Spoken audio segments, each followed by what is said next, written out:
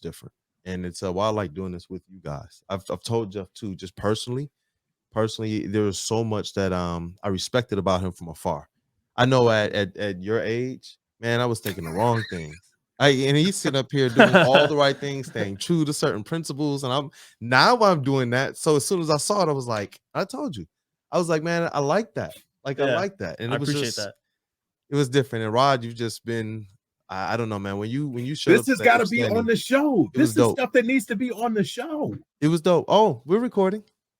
I forgot to tell you, all of our opens, we're going to clip all of our before we actually start the welcome. And we're going to make like a montage. So there's some good stuff in there. Some moments. Well, see, Rod's the voice or the reason, man. Like I think we get a little too excited sometimes. And he's there to just be like, guys, like the Jabari Smith thing, it ain't happening. Yeah. Relax. This is what's going to happen. You're going to accept it. It's going to be okay. Yeah, it's going to be okay. People like this latest comment. Sit in the back seat. Sit in the back seat. But that's what it, Brandon, you know that's what it is. Are we there? Are we there? No. Yeah, are we there? Yeah. Chill out. Bro, let's get it. I'm going to steal that too. That's funny. Let's get it. What up, though, people? It is your boy, Detroit Kool-Aid, and I'm rocking out with Mr. Everything over here, Jeff Iafrady. We got to get him out of here, which means because we get the morning Woodward, so we had some technical difficulties this morning, but we got things figured out for the season. Next week will be good. Yeah, it'll be good. But he wanted to stay for the drum roll. Let's get it, man. Hey, yo, welcome to the Legend Detroit News. Rod Beard, bro, what's good? It is a wonderful morning. Let's get it. Let's get it. Look, I do want to get into this real quick because I know one of the topics was Jayden Ivey and the confidence, the curious case of his confidence. And Jeff brought something up really, really interesting to me that I had heard, but I had forgotten. And I don't know how any of us let this go. What were the comments that he was saying? Jayden Ivey he had an interview, I believe it was with Fansided a while ago, and I revisited the article, and he was talking about who he models his game after and why he wears 23. And it's funny because he's actually younger than me. In my generation, a lot of people, especially my age, look at LeBron as, might even argue he's the greatest of all time. But for Jayden Ivey to come out, you could tell he comes from a family of hoopers. Because his mom, he knows basketball. And the first thing that came out of his mouth was, 23, I wear it. LeBron is one of the greats, but he's like, I wear it because of Jordan. I model my game after Michael Jordan. And you could kind of tell, not that he plays exactly like Michael Jordan, but the athleticism. You can see a little bit of what he's talking about. So I just thought that was interesting to have that type of mindset, to wear 23, because you know what comes with wearing 23, a little bit of those expectations. So when I read the article, I'm like, yeah, it just confirms to me that Jayden Ivey has got that dog in him, and he's the right guy. It just caught my eye because you talk about the tale of two different sides of the tape with our draft picks from last year and this year. They're really fire and ice. Cade, that's literally in terms of his persona, perfect word for it. Yeah, he was just more or less subdued. He wasn't saying he wasn't going to be anything good, but he wasn't as like, nah, I'm it. I'm modeling my game after trying to be it. I'm here to be like everything. Like even some of the comments we heard about he and Cade Cunningham as a backcourt. He said people need to look out for us this year. And just looking at the whole summer of Jayden Ivey, it's like this kid is confident. What are we missing that he's seeing? Because a lot of us are saying, hey, maybe we need to pump the brakes a little bit. Maybe this, maybe that. Cade Cunningham, after that little bit of a slow start, shot out a cannon. And what I wanted to talk about this morning as it relates to his confidence is, are we missing something with Jayden Ivey? Is there an ability for him, to shoot out a cannon when this season starts? That's, I don't know, man. Like let me bring up these other comments that he had, because it just brings a smile to your face. Right? It does. That's why I'm just like, I know it does. Yeah. Hey, Rod, you got to jump in on this conversation, man. No, bringing up these other Jayden Ivey comments. No, I think the thing is with Pistons fans, it is show me, don't tell me. So it is get that first couple of games, get out there, and in summer league, that's exactly what it was. First game, first play, we throwing oops. That's what we're doing. Right. And the next part of it was just show me what you can do on defense. Show me that you got some offense to you. Show me a little teaser of what this rookie season is looking like. And I think that's what there's some show in addition to the tell. And I think that's what has people excited is it's not just here's the first pick. He only played he didn't play in summer league, and we're just going to go on fumes from his college career. We've got something to actually look at to say this dude might be that deal. I like that. I like that, man. It's so many comments in here. And I'm looking at this article as well from ESPN. I know I sent it to you a little bit earlier. Where they're straight up saying Jayden Ivey, Caden Cunningham, the restoration of the Detroit Pistons franchise is by Jamal Collier from ESPN. It was This was dated just shortly after the draft when they selected them. And it's just interesting to see the national reaction. Like, guys, I know people were a little hurt about what Stephen A. Smith kind of said about Detroit. I think people are hurt at a lot of things Stephen A. Smith has said. I don't think it's just this comment. But I don't think people are understanding. Was Stephen A. Smith in Detroit doing a show? He was. I don't think people understand. He's just razzing you guys. If Detroit Pistons weren't something to talk about, if Detroit as a sports city wasn't something to talk about, if it wasn't resonating, I don't think that they would really, really be here. And the comments he said about the future of Cade Cunningham and Jayden Ivey, it echoes the same things that Jayden Ivey said in that interview. And that's, hey, we're going to be an all-star backcourt. Right? He didn't put a time frame on it. He didn't say they're going to be one this year. But the hype coming from the outside, from guys like Stephen A., from guys like Jamal Collier, is that these two guys are going to be really, really good. And I'm one to hope for the best. And sometimes with guys like Stanley Johnson, because we mentioned this when we were talking about this yesterday. Stanley, Rod, correct me if I'm wrong, Stanley came in with all the confidence in the world. Stanley might be the most confident NBA player I've ever covered. That is hilarious. I was in LeBron's head, like I know it. I'm just like, I was like, you hear that sometimes, you just want to be like, stop talking. But with him, I gave it a little bit of, ooh, all right, let's see where this goes. Have I told you guys that story in Cleveland? Bro, you got to tell us. So there's scrums in the locker room. There's scrums going on over here, over there. And Stanley was a guy that I was kind of cool with, that we would just talk with, and not about quotes, not about anything else. We would just chop it up on the side a lot. So Mark Spears from ESPN is also in the locker room, and he's kind of gravitating over, and I'm kind of gravitating over. So we were the only two people who were kind of talking to Stanley, because everybody else was talking to Reggie or somebody else. And he's just like, yeah, I'm in LeBron's head. Are you Stanley? But you have to know Stanley to understand that. He believed that, like the sun is coming up in the morning. He believed that. with all of his soul, he believed that. And you gotta love that. And so he's just going on and on and on. And then everybody else just starts to come over, and it's because he's not saying anything necessarily that's out of his butt, but he's saying stuff that's what he thinks. Like, they were really close to winning a game in that series, and he really felt that. And so that it just developed into something that was just two people are over here talking, then it's like 5, then it's like 10, and so it blew up. So when you're writing that story, when you're in a locker room like that, you're supposed to go and write the game story. That was one of those where I called the office like, hey, you might not get a game story for a little bit, because these Stanley quotes are fire. So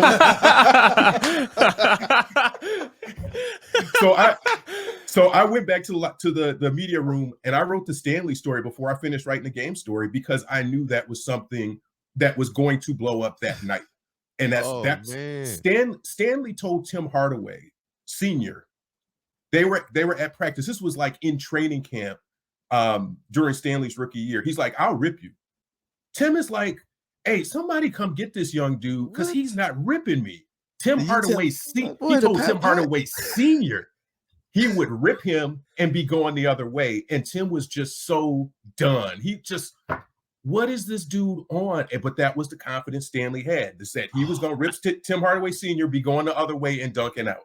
He said that while we were around. It wasn't just when the two of them were just in their own little element. He said this where he's just standing like right there, like, yeah, that guy right there, yeah, I can rip him. They were just trash talking about something, and he was just like, yeah, Tim is like, I would be by you. And Stanley's like, no. I would rip you and be going the other way and dunking, and you couldn't do anything about it. That was Stanley's confidence. And it was in everything that he did. See, I'm about to go on the morning show right now. I need that confidence right now. Let's go, boy. I need that Stanley Johnson killer confidence right now. You need Stanley confidence in everything you do. Yo, shout out to Stanley, by the way. You'll own Woodward Sports if you have that confidence. You need that dog in you. You need that dog in you. Hey, look, if Spencer shows up, send him back here, bro. I got you. Definitely. We got to get Spencer on here. Shout out to the Woodward heavyweights here, man. Look, those guys have been on this whole Jayden Ivey thing, man. Like it's been something else. But I wanted to bring up this confidence thing because you're right. That Stanley Johnson thing, it started getting the people just listening, kind of tuning in, started saying, yo, his second year, everybody was looking to see what Stanley Johnson was going to be about. Mm-hmm. And that's why I said, I'm seeing Jayden Ivey talking. But then I just stopped hearing Jayden Ivey talk. Earlier in the summer, I heard him talking. You saw him do everything. And so then I keep seeing these quotes come out about, all-star backcourt. Oh, they're going to be really good. Oh, they're going to be good for a long time. Hey, don't just think it's Cade Cunningham. And I'm like, wait, this is no longer Jayden Ivey's voice. Yeah. This is other people like Stephen A. Smith. This is other people like ESPN. This is other people like Fox Sports. These are the other media outlets now starting to actually say the same thing. They're not kind of picking it up the same way they did with Stanley Johnson to say, let's run this because we know it's going to be a story. They're almost like they're coming out ahead of the game saying, actually, what Detroit is doing over here, we kind of vibe with what's going on. And Cade Cunningham and Jayden Ivey are the real deal. And this just got me to thinking because I know us on the show, we try to, like you aptly stated, hey, let's let the young fella show us what he can do. Mm-hmm. Let's just show us what he can do first. Let's let him get out there, get his feet wet, because as great as we believe Cade Cunningham is going to be and as good as he showed, even he had to hit a transition period with the NBA. And he plays at a pace that is more methodical, with a high basketball IQ. With Jayden Ivey, though, I believe things like his speed, his athleticism, his ability to hit and break those double teams just head on. He showed that in the Rico Hines clips as well, something that I loved in him from college. I do believe he's going to run into some issues with his, being a little ahead of his game, being a little bit too fast, and that's going to take some adjustment. But these ESPN guys, these national media guys who generally don't pay any attention, even with Cade Cunningham, they're still saying things like low motor. They're still saying those things about him. But Ivy, they're saying some pretty impressive things. And it just got me to think, is it more than just the confidence, that Stanley Johnson had? Is this a guy that we all believe is going to actually punctuate it the way that the national media is saying? Yeah, and that's the thing that I try to watch out for is that hype is, especially when it's Stephen A. Smith, is sometimes it's more sizzle than steak that goes along with that. But in Ivy's case, I believe that knowing that he's from a hooping family, that he's got the skill set to make it work. Mm-hmm. And I agree with you. I think the thing that's going to be sometimes difficult for him is he plays at such a fast pace that he's going to have to slow down sometimes. And it was the opposite with Cade, is that we were wondering, he plays at such a slow pace. Can he pick it up and can he play faster? Or does he even need to? And he doesn't need to. He can do what he wants when he's in that zone. So it is, can those two work off of each other? Can Cade give him some of that deliberate pace that he needs? And then he just figure out how to go faster, slower as he needs to. Yeah, and it's interesting because I was just about to read that quote, Rod. I promise you, I got it right here, where Cade Cunningham was saying, he's fast, I'm not fast. To have somebody like that with me, it spreads the floor out a lot. I like to kick ahead to push the pace, and he can literally sprint it there. It's going to be fun. It's going to be fun. And, shout out again, ESPN, Jamal Collier, on the article. That's the part of it that gets really, really interesting is I didn't look at Cade Cunningham's game last year and believe that his methodical pace was a drawback, where for some players it might be. He's that guy that, as you alluded to, when he's in a zone, it doesn't matter. He's just, it's his world. Find some way to double team or triple team him. If it mattered, they wouldn't be double teaming him at all. Right. And with a guy like Ivy, the best thing that Cade said in this is that he can sprint it there. I'm just hoping that that's not the thing that also gets him in trouble. So hopefully he knows how to kind of pull back. We've seen guys come in with that type of talent, and a lot of times they can get him in some trouble. I'm hoping with Ivy, and I've said this before, I'm hoping that he learns how to bottle up his speed the ways and use it effectively the ways that Dwayne Wade did. He Right. wasn't necessarily a freight trainer. He had body control, footwork. He added that whole Euro step thing to his game. And that honestly is who, and I've said it before, Ivy reminds me of a lot of in terms of his game. But the thing with Ivy too is you worry about the speed and the pickup and the slowdown, but then it's with Cade, everybody just kind of settles into their own roles.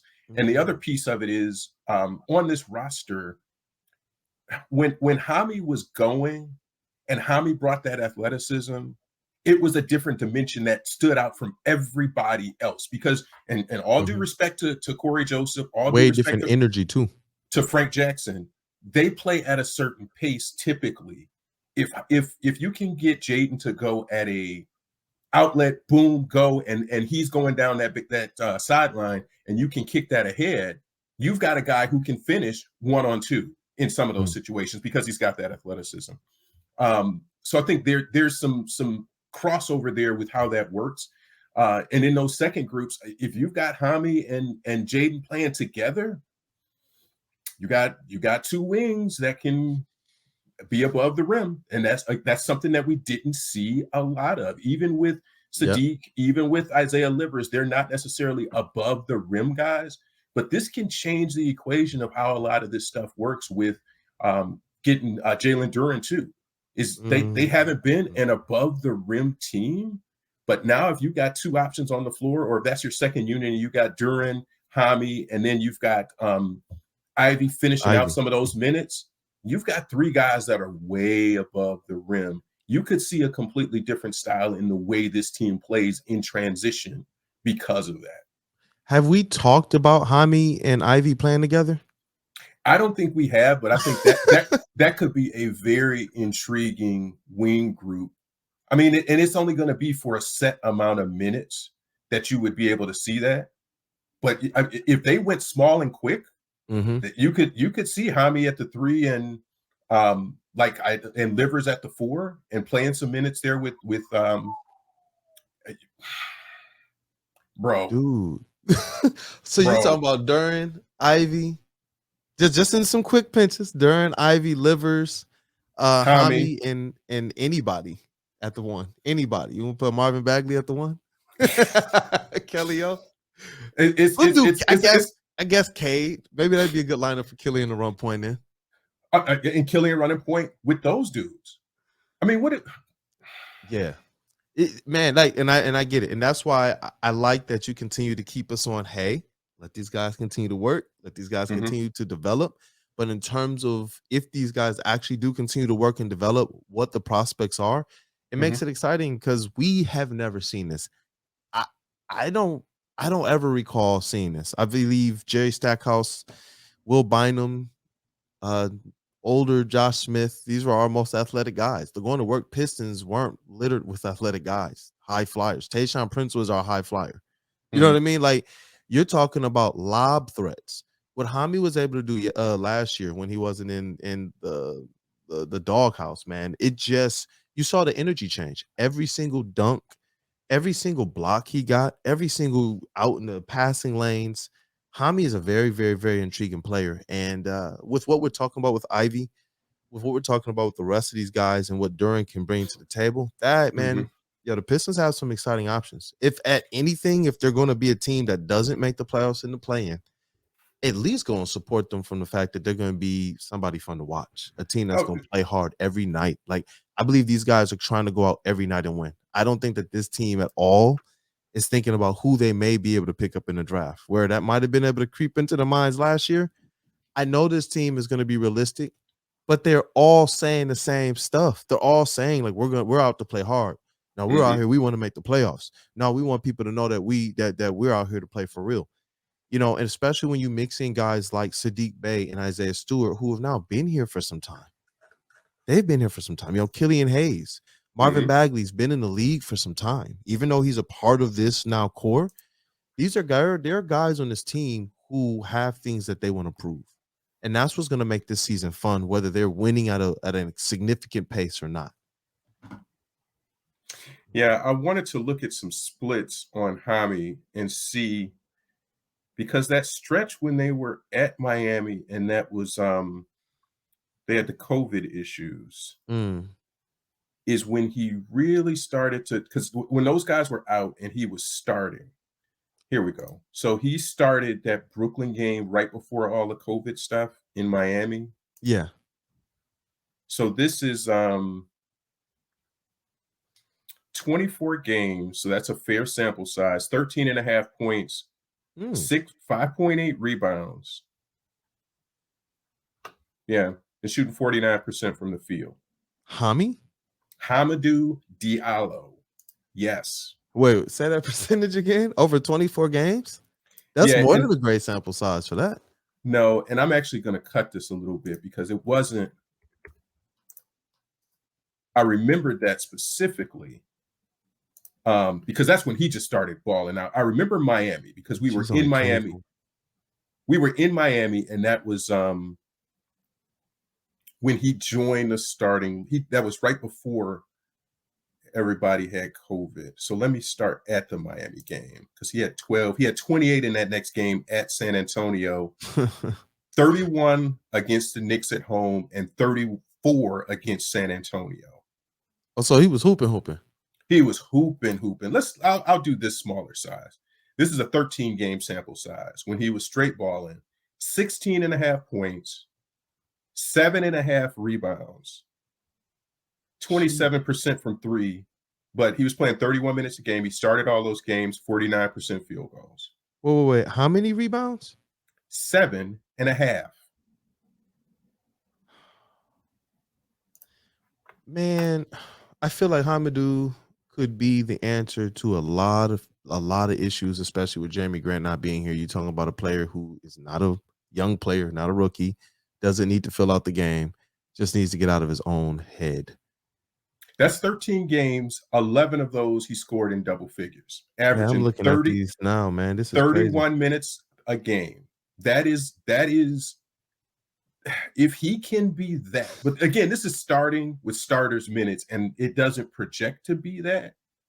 But that dude can be really good if given the minutes. And I think he felt like in that stretch of games, they didn't have a lot of other choices. So he was just going to go and flow. My word. Bro, I'm sorry, dog. This game log, I'm just looking at the stretch. Yes. Hami can be really good. Really good. Yo, all right, hold on. What are these dates? That's right around Christmas. That was the 23rd because we were in Miami. Yeah. I remember that. Christmas in Miami, you tend to remember those. Bro, 28, 31, 34. Those 3 games in a row.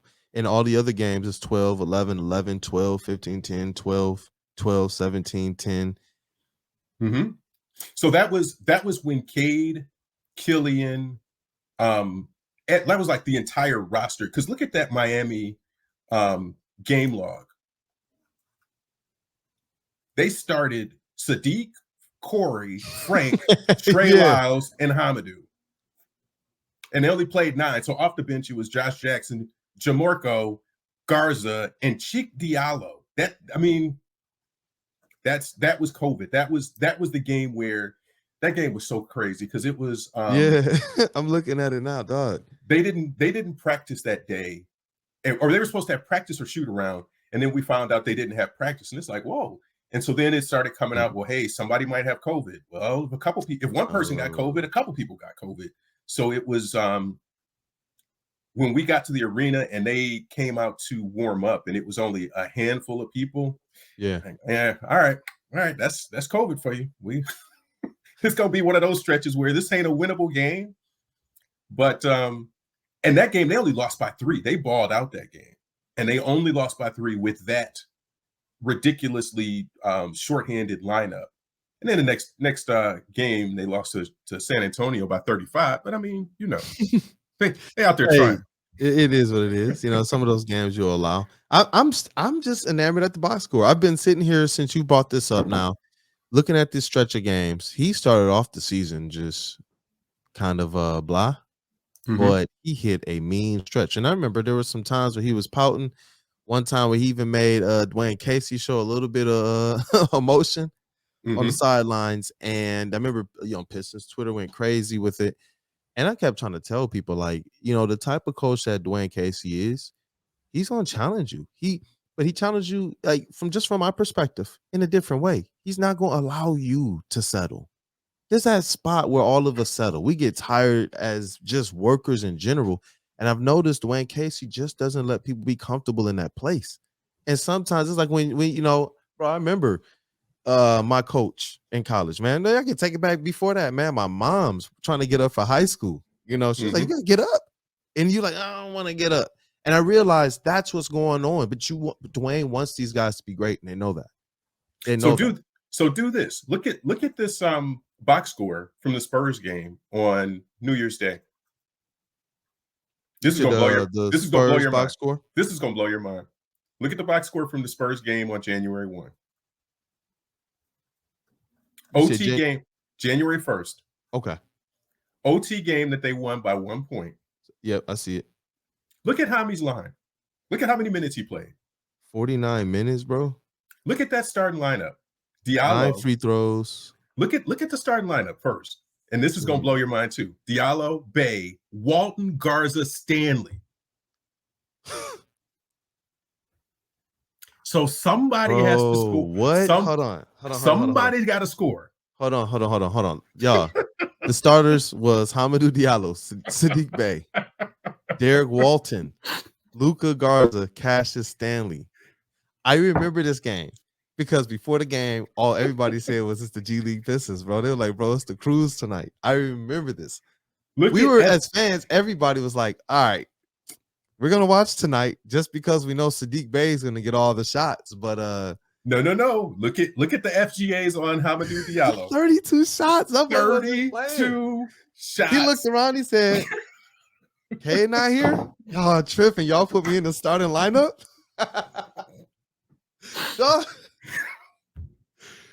He almost took a shot a minute, Rod. 32 field goal attempts, and only 4 were from 3. He was trying to dunk on people. 14 rebounds, bro. Sadiq had 17 rebounds that game. Man. But keep going. Keep going on Hami. 5 steals, 4 assists, 2 blocks. Only 3 turnovers. That man was out there. Who was the main ball handler? I mean, Derek Walton played 40 minutes. Derek Walton. Yeah. Yep. I like Derek Walton, man. Every time they just called on him, he just does his thing. Yeah, 11, 6, and 4. He's not flashy. 11, 6, and 4. Exactly. He's not flashy with it, but he's gonna go out there and he is a solid NBA, at least solid third guard, but he could be a solid backup with a little bit. If he was bigger. What is his bench?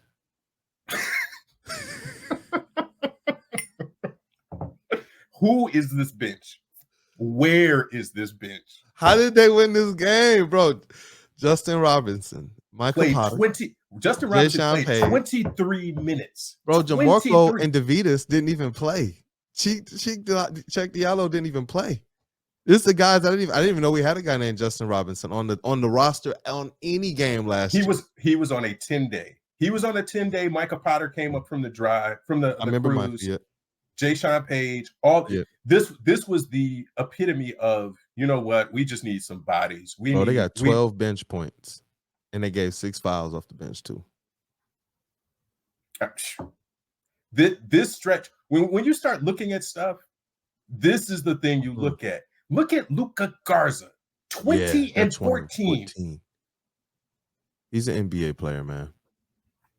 20 and 14, and who was their center? Oh, was this the game that Pirtle got off? This is the game, and Jacqueline Dale. I remember this game. Yep.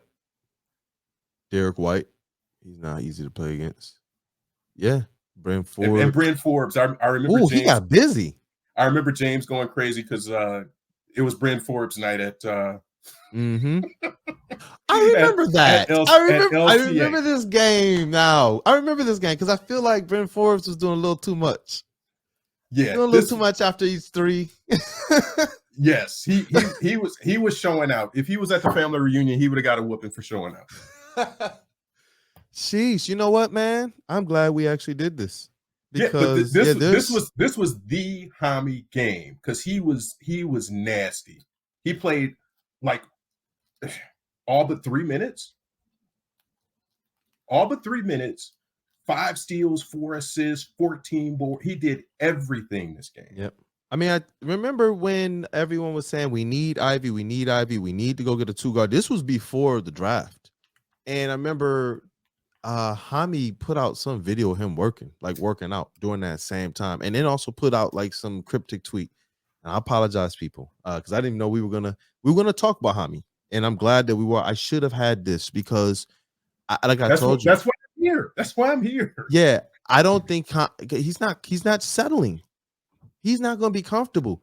I used to say things like, oh, I think these guys know how to make these guys work together and accept the roles and this, that, and the other. And teaching guys how to play together is different than having them accept their roles. If Hami is not pushing to try and be the best and most athletic player on his team, even if he so happens to fall short, if they're not pushing him to be the best, if they're not pushing him to go out there and try and come in like you want to start, then the team is not doing something right. Right. We saw the Pistons get players who were starters on other teams and came off the bench when they got here, and like Corliss Williamson and such. And I know that team was set up and designed to kind of win. They were already putting in, some work as it relates to being a solid playoff team. But there's no illusion or secret here. We see exactly what we see. We hear what the national media is also parroting. It's almost as if people don't want to miss out on being potentially right about the Pistons. Hamidou and Marvin Bagley, those were the 2 players I wanted to talk about today. And so I'm glad we got into it already, man. Like, I wanted to ask you specifically with Hamidou Diallo, what's one thing offensively and one thing defensively that you're hoping he's improved on as we enter this new season? It's that 3-point shooting. It is the 3, because his first year here, that first little part of the season after the trade, it was, this dude might be something. Because I think he was hitting 39% from 3 in that little stretch. Let me go back to the splits. Yep, 39% from 3 in 20 games at the end of 2020, 2021. He was hitting 39% from 3. And it dropped off the map. It just dropped off the map. So it was, if he can be this, and it was 2.1 attempts per game, so it wasn't that big a deal. He was only shooting a couple. But it was, if he can do that and be athletic, because we had seen everything from the dunk contest and his time in OKC. He had only had, his highest percentage before that was 34% in a season. So if he can be mid-30s, he can be really, really dangerous, because we know what he can do in transition. We know what he can do in half court. But if he can also be that corner 3 threat that the Pistons, the Stanley Johnson role, the Sekou role, put somebody in the corner and just hope they hit that corner 3. If he can be that, in addition to everything else he does, he can be a really valuable asset. Yep. But even when you look at what his contract number is, and is it $6 million that he makes? Like he's already a valuable asset. Yeah, he's 5.2 million this year. Very, very reasonable contract. And for what he does, if he's going to give you somewhere near double-digit points, then that's what I'll take that. And I'm sure Dwayne Casey will take that too. Yeah, I'm looking at his game log summary here. Shout out Basketball Reference, man. They always have me covered. 10 to 19 points on the season. He did that 28 times. 0 to 9 points, he did that 25 times. 20 to 29 points 3 times. 30 to 39 points scored 2 times. Hami has a great opportunity this year to cement something, especially with, I feel like, the guard rotation and the opportunities being something that actually favors or shades towards him. When I look at the bench, as we've kind of gone through some of these breakdowns and looked at a lot of these players, Hami is somebody that I've just kind of had him be kind of this wild card, not an X factor, not a guy that I believe we're going to depend on. And the more I'm just looking at him, I'm just like, you know what? If he's playing like some of these stretches here, large stretches of the season where it was his most consistent time, most consistent role, because that matters. What was he asked to do? Early on, it was just kind of players in and out of the rotation. K's not really right. But then when things start getting going and he just kind of has his space to do his thing, he looks like a heck of a player. And I'm glad he's taking that. I'm hoping he's taking that challenge very, very seriously as we come into this new year. He looked good at the Rico Hines runs. And I know you can't base everything off of that. But in terms of that, the headspace, hey, that's what you want to see him get right. So, and here's the other thing to consider in this is that Troy went and got him from OKC. He was in OKC with Troy. When Troy came here, Troy went back and got Hami. So he believes in Hami enough. And in this offseason, Hami had a team option for $5.2 million. If Troy thought something different, he could have kept Frank Jackson for a lower number and then just said, hey, Hami, it's been real. We got to go a different direction. Yep. So forget everything else. Troy believes in Hami to that extent that he said, I'll pay a little bit more to get what he brings. We need three-point shooting. We need what Frank Jackson can bring. But we also need this athleticism that Hami brings to the table. Yeah, that's a lot of faith in Hami. That means that three-point shooting is something that they must believe he can get figured out. That's what I believe, or that he will have such an effect on the team with his speed, his athleticism. He has a certain basketball IQ. He knows how to play basketball. It's not like you mentioned Sekou and Stanley, two players who will stand in the corner, but sometimes have troubles finishing at the rim. Hami doesn't have that problem. Oh, no. He doesn't have that problem. One pump fake at that 3-point line, and we see he's getting busy. Yeah. And so this is going to be a very, very interesting year because the Pistons have a unique blend of pseudo vets, guys who have basketball skill in Kelly O, like basketball longevity. They've proven that they're somewhat, have some plus skill in Hami, Kelly O, Marvin Bagley. And I want to start throwing guys like Sadiq Bey and Isaiah Stewart into the mix, even though this year 3 for them. Hey, how many times does he have to pop off a 50 before we say, you know what, Sadiq Bey is a player? So it's going to be an interesting season. What's the one thing defensively you would like to see? Because I agree with you. 3-point shooting is what I want to see Hami improve on. If I wanted to say something differently on offense, I would just state I'm hoping Isaiah Livers is somebody that can rub off on Hami. So that if things aren't going your way offensively, you're still finding yourself within your head, within your game, finding the best way to swing, finding that, maybe I should cut here. Maybe they missed me on this last play. I'll cut next time. I'll make myself available. My coach used to always say that, show yourself, make yourself available. And just when I look at Hami's game, just from that basketball standpoint, there were times where it seemed like he would take himself out. I would see him trail and be at the 3-point line doing this. I'm like, bro, cut all the way. Yeah. How do you not know Kay wasn't trying to throw you the lob from half court? And when you stop, that messes up everything. He's like, I'm not going to give it to him at the 3-point line. You know what I'm saying? Until that's something that's proven. So I that's something just for me personally. I'm hoping that persona to get a little less rattled when things might not be going your way offensively. I'm hoping that's something that Hami can embody a little bit more personally. Yeah, and I'll state it a different way. Play like he did during that stretch. When you are the main option, play like that when you're not the main option, such that when you're in that second group, that you're the scorer in that second group. And they don't need to have either Sadiq or Cade on the floor to be that main scorer, that he can be that main option. And maybe, again, like I said, if he's playing the 3. Setting up that way. He's playing the 3, you can have Livers, Cade, or Livers and Killian, and you can have some other guys who are just kind of out there doing some stuff, but he can be that veteran that's on the floor that's helping to stabilize and keep stuff kind of chill. I think that's if he can show that type of IQ and leadership and be that's the offensive improvement I want to see too. I like that. And then defensively, man, what are some things? What's the one thing you're hoping he has improved on this season? Just be a ball stopper. That he can be in that second group when you get a guy like you get a 3, somebody second. I was going to say like Alec Burks, but now he's on the team. But an opposing somebody like Alec Burks, you put Hami there and he's shutting that guy down. That dude ain't scoring. He's probably not getting by him, but just don't let him score. Just be a menace, kind of that Lindsey Hunter role. Yeah, just be an athletic menace and don't let guys kind of start getting off in that second group. If he can be that solid defensive presence, and depending on who he has, the big man that he has, nobody's getting in the paint and getting by you and getting some easy scores. I like that.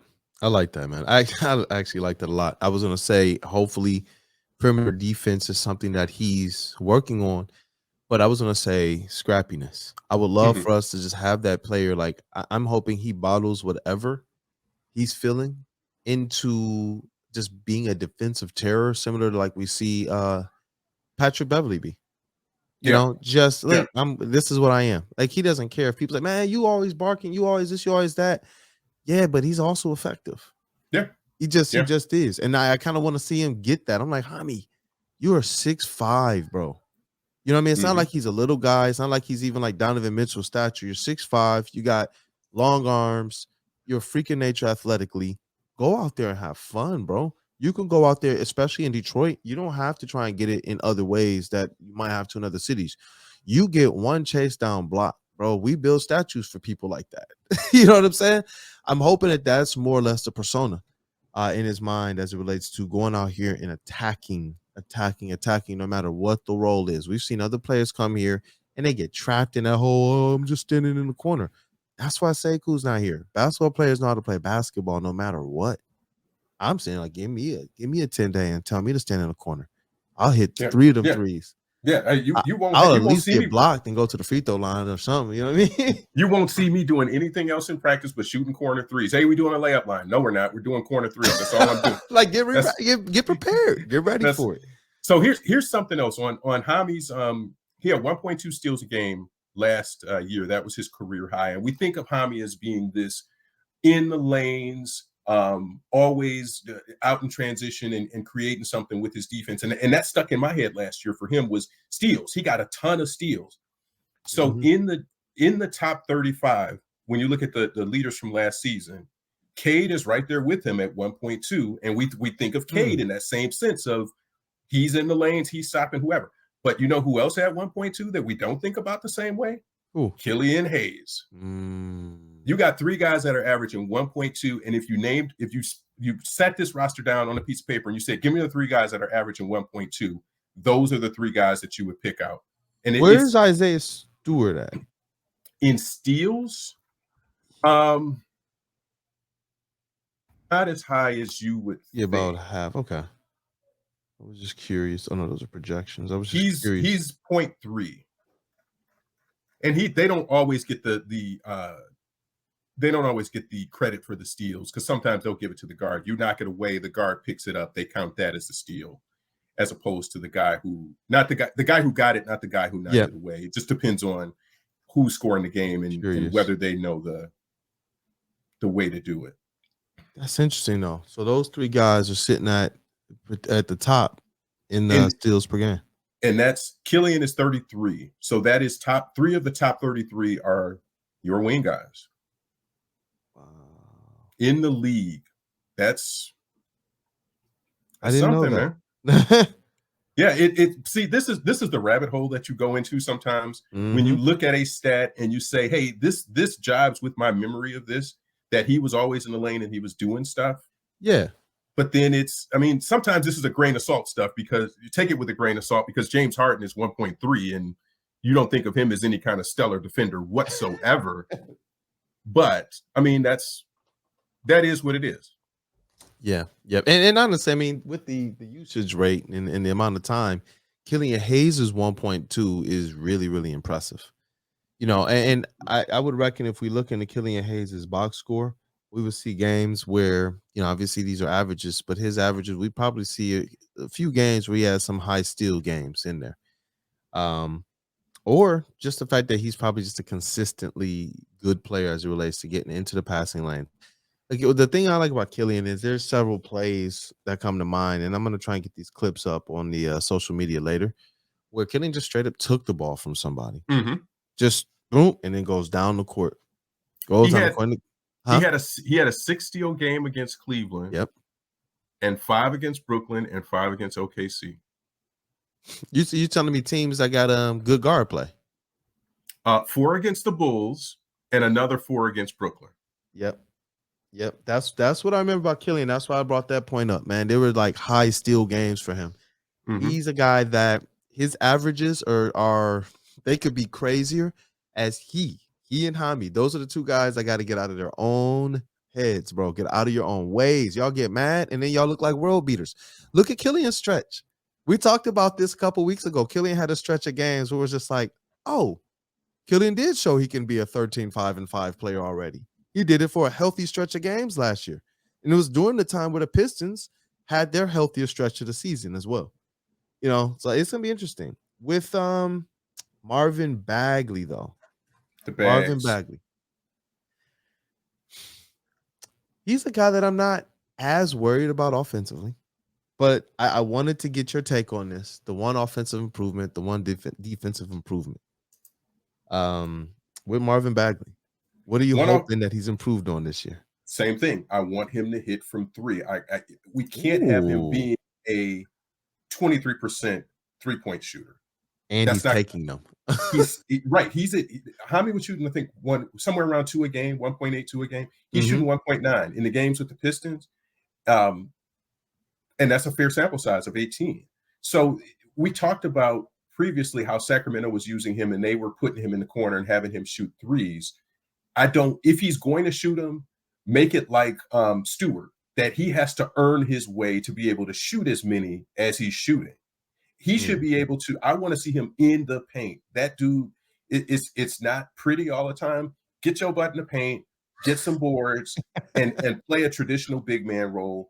And if we're playing a smaller lineup, then I especially need you there. If we're playing a bigger lineup and there's Stewart inside, then you can kind of switch those roles. But then you get into do you want Isaiah Stewart shooting threes or do you want Bagley shooting threes? I probably want Stewart shooting them right now. So it is have a defined role, but then you can also have some flexibility in that where you can float outside if you need to float outside. You can get inside and do some dirt in there too. Yep. And that's my thing too. And I like the way that you put that. What we want him to do versus the expectation of what he might be asked to do. And we know that Marvin Bagley, his game and his head type, he is a shooter of sorts. And instinct is something that basketball players rely on a ton. So that's not something you're going to necessarily remove from his game. And if he's going to be asked it in any way, shape, or form, you want to know that the guy can be at least somewhat proficient. Right. I'm not just trying to see somebody out there just launching because it's going to give people Drummond flashbacks if he's not hitting. Yep. It just is, especially when I believe he has, and this is my one offensive improvement, I believe he has the offensive skill in the paint to be much more consistent and a solid post player than Andre Drummond ever could have been. And that's the part that makes me very, very excited for what Marvin Bagley could be if that's where the focus is. Like I said, you bring up a very interesting wrinkle because it's like, yeah, this guy's going to be at the 3-point line. There were games where he was coming down. I remember a fast break, man, and he stopped at the 3-point line, caught it, and shot it. So it's like, all right, from that perspective, you want him to have it because there are games where it looks absolutely dynamite. And you see the type of player he could be setting up, literally pump faking drives from the 3-point line because the center, whoever is guarding him, is literally biting on that. Yep. But I want to see him get some type of consistent pet moves and bring back, folks. I'm telling y'all, I think Marvin Bagley is the type of player who can do this. Bring back that Antonio McDyess 16-footer. Bring it back. He's the player that, to me, him and Stu showed a little bit that they can kind of hit that shot when they can hit it because that middle of the floor is wide open. I know analytics has moved away from it. I can understand why analytics will move away from it for a guard, but for a big man with a nice soft shot in the middle of the paint, I believe that that's butter all day long and can set up other aspects of your game, especially when people are biting on the pump fake. So that's me, man. Kind of that mid-range, get some pet moves. No, hey, if I catch you right here and I'm 15 feet away from the basket, don't think, just shoot. That was something she did. He did not think. When he got in his spots, I'm shooting. And then just some moves where we know, all right, time is going down. We're in the penalty or we need one more foul to get to the line. Cade's coming down. He knows. Pick and roll. All right, we got the switch. Marvin Bagley, go to work. Yep. And defensively, and I got to run in a couple minutes.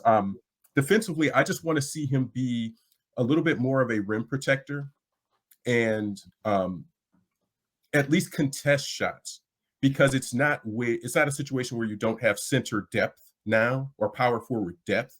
I think those might be two of the positions where we got the most depth with Duren and Kelly and Nerlens Noel. You've got options of bigs that can step in there and do some stuff. You don't have to worry about foul trouble as much, but you want to start setting a tone with the guys that you have. And Nerlens is going to be the stopper. Yeah, you want Duren to be able to block some shots, but when Bagley's out there, I want to see him just going at dudes and not in anything that comes in the paint.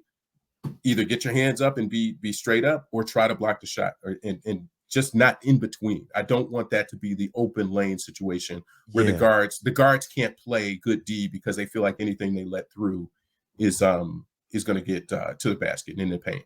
And we, as Piston fans and people who have covered the Pistons and watched it intimately, should understand how much better your guards defense looks when your big men are paint stoppers, are clogging it up, are making it a little bit more, something to think about for these guards as they are coming into the paint. That was something that Drummond never, it was just always him.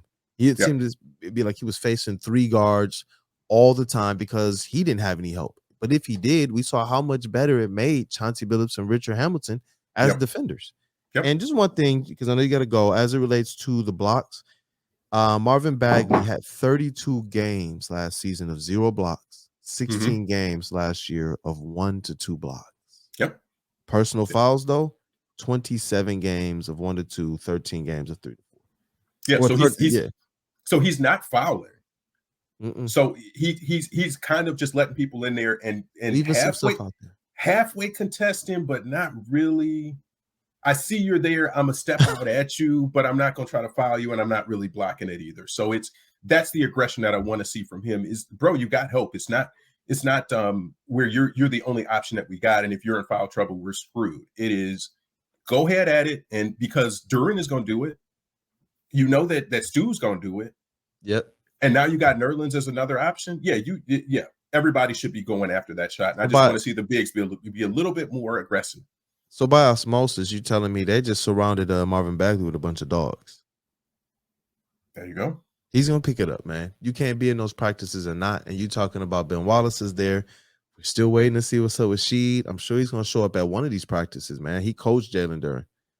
He's going to show up at one of these things, man. Like, it's going to be an interesting time. This was nice. I want to, next episode, we'll open a little bit more with Marvin Bagley, because I know Jeff had some points as well that he wanted to bring up. But I thought this was really, really good. Hamidou Diallo was the one that I wanted to kind of get the deep dive into, and you brought it, definitely. So I appreciate you, Rod, on that one. It spurred some really, really, really good conversation and some really good points to think about as the season is coming up. Guys.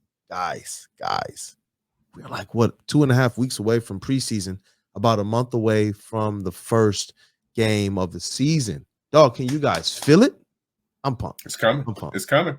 I'm pumped, man. But look, we're going to wrap up now. For Woodward Sports, for Woodward Pistons, for Mr. Everything. We're going to get this stuff figured out so he can be here a little bit longer. But now we're going to do this right. For everything else, hey, rock out. Now we have to do this thing specially for Rod. We still have to do the drum roll, Rod. We still have to. For Mr. Rod Beard, Detroit News. Hey, yo, shout out to the legend, brother. I'm so grateful, as always, that you're able to join us. And, hey, everybody, put in the comments one thing offensively, one thing defensively that you want to see Marvin Bagley and Hamidou Diallo have improved as they come into this new season. Definitely. Any last words, Rod? No, I appreciate it, man. I always appreciate the opportunity, and we can chop it up. Definitely. Love the work you're doing. I appreciate you, Rod. I appreciate you so much, man. Definitely. All right, you guys. Till next